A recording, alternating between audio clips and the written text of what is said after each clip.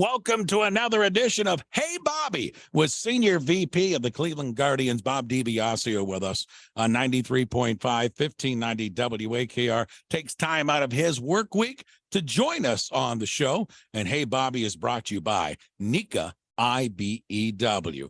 Bobby, before we get into the Hall of Fame, which is very interesting, Guardians made a release this week because all of us know the Feller statue. As a matter of fact, when we went to the game about a week and a half ago, we met our friends at the Feller statue. That's kind of like the hub out front of the ballpark. But the bricks around there have been crumbling the last couple of years, and the Guardians said, hey, we just got to, for a safety reason and other reasons, we're going to clean up that area a little bit. No, absolutely, Ray. It was a difficult process for us to engage in, because we know for many people it's very sentimental, and it's all about memories and connecting families and generations through the brick. Take people back a little bit, the time machine, in the early 1990s, John Lanigan, the radio TV personality in Cleveland, was asked to chair the Bob Feller statue fundraising project. And so the Gateway Economic Development Corporation, who was in charge of the Gateway Sports and Entertainment Complex, not the Cleveland Indians at that time, it was the Gateway Sports and Entertainment Corporation, did the fundraising to get the statue out front of the building of our brand new urban, beautiful baseball only ballpark.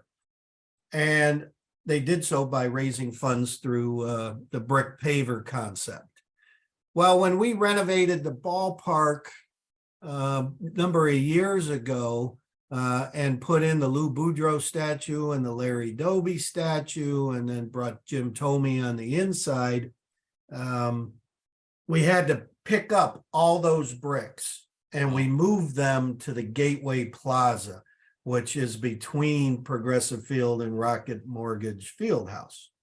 Well, over the course of years, those bricks have become uneven, they have cracked, and they have become a health or a safety issue of people walking and tripping. And so the tough decision was to, time for us to remove them. Gateway came and said, that's their property. And they came to us and said, look, we're going to have to remove these. So gave us time to figure out the best way to communicate with people, because again, this is 30 years ago. Gateway has no records of who initiated the brick for people. So the only way we could do it is through a blast email and news release to try to get people to understand what we're about to do, and that they have the opportunity to come and get their brick over this coming weekend. But the chance that it can be wedged out and not crack and crumble, the odds aren't real good, but we want to give people that opportunity because we know it's such a sentimental thing. So a tough thing for a lot of people. Again, I've gotten emails already, and sometimes, I did this in honor of my grandfather, etc. And I was like, I'm in the same boat. I did one for my mom, my mother and father, and my son and daughter, and as did my brothers. And it's not an easy thing to do, but when they signed on, there was a lifespan of 10 years. Oh, okay. They only guaranteed 10 years of lifespan of those bricks back in the early 90s. So that would have taken us to 2004. Well, we painstakingly spent the money to move them from the Bob Feller statue to the Gateway Plaza, and had them last almost 30 years total. And it's just time, unfortunately. Yeah, it's time. You mentioned the word tough there a couple of times. One quick question. It's a tough decision when organizations like the Guardians decide on statues, just catapulting on that story a little bit. And I know you, and you've talked about this in the past, the team takes it really serious about statues, because I've had emails of who's the next Guardian statue.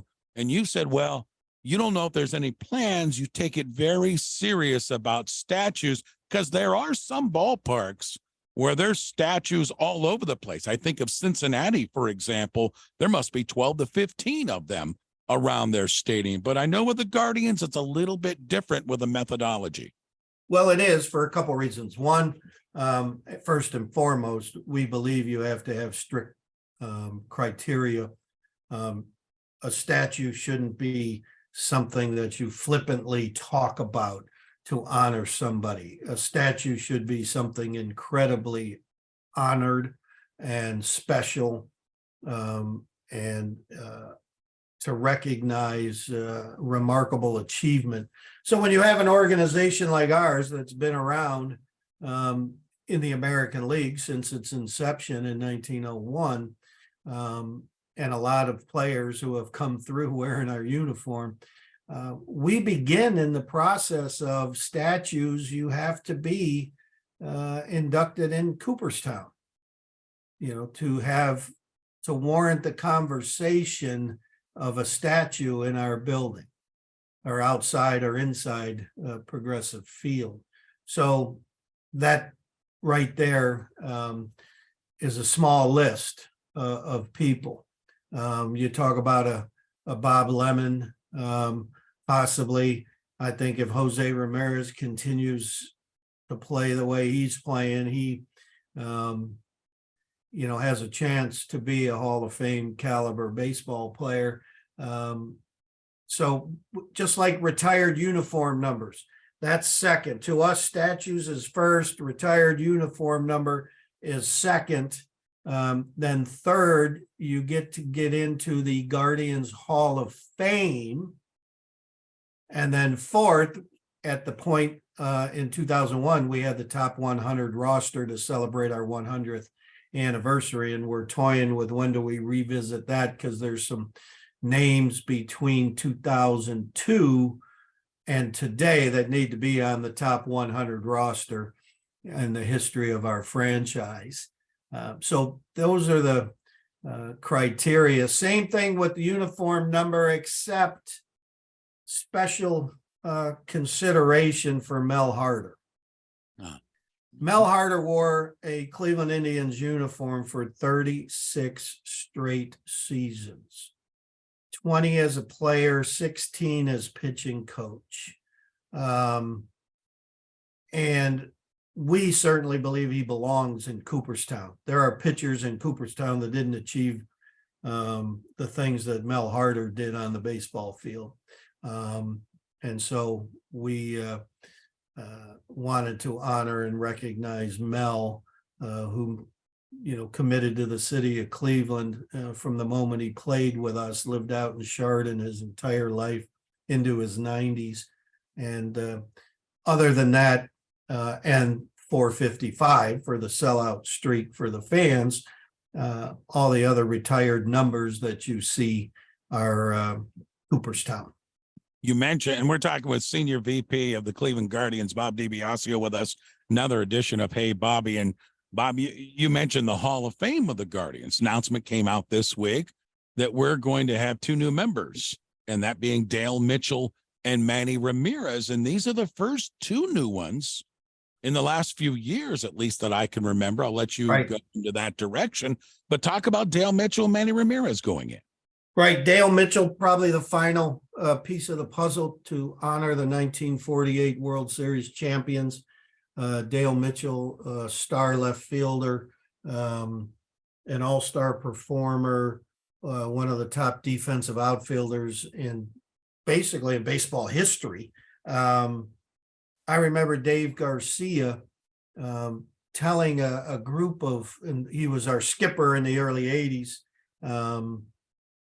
would tell people that, Rick Manning was one of the better center fielders that he had seen in all his lifetime in baseball, and that he compared him to Dale Mitchell. And that got me, and I thought I knew enough I knew Larry Doby was a great outfielder, and Vic Davalio playing center field for us as a kid, was running around the outfield. Archie did win a Gold Glove, and then hurt his back when he jammed his back sliding into second base. Dale Mitchell, I kept asking Dave Garcia, here's a guy I don't know much about. And he would just continually tell me that he was the finest. He was up there with Willie Mays and Duke Snyder and all the great defensive outfielders in the game of baseball that he saw with his own two eyes. And with the 75th anniversary of the 1948 team this year, it seemed, let's do it. Let's another way that we can honor the 48 team, and that Dale had been on the list year after year, and just the 90s guys would always leapfrog him to be into, our Hall of Fame. And then we felt this would be an appropriate time. Dale Mitchell Jr., still living. His other son, Bo Mitchell, and about 20 family members are coming in to be a part of this. And then we move on to Manny Ramirez, obviously one of the greatest hitters, as Tito said in a press conference, an incredibly lovable guy. I know when he was here, and that's all that we can judge it on, that he was one of the most hardworking, lovable young men that you could be around.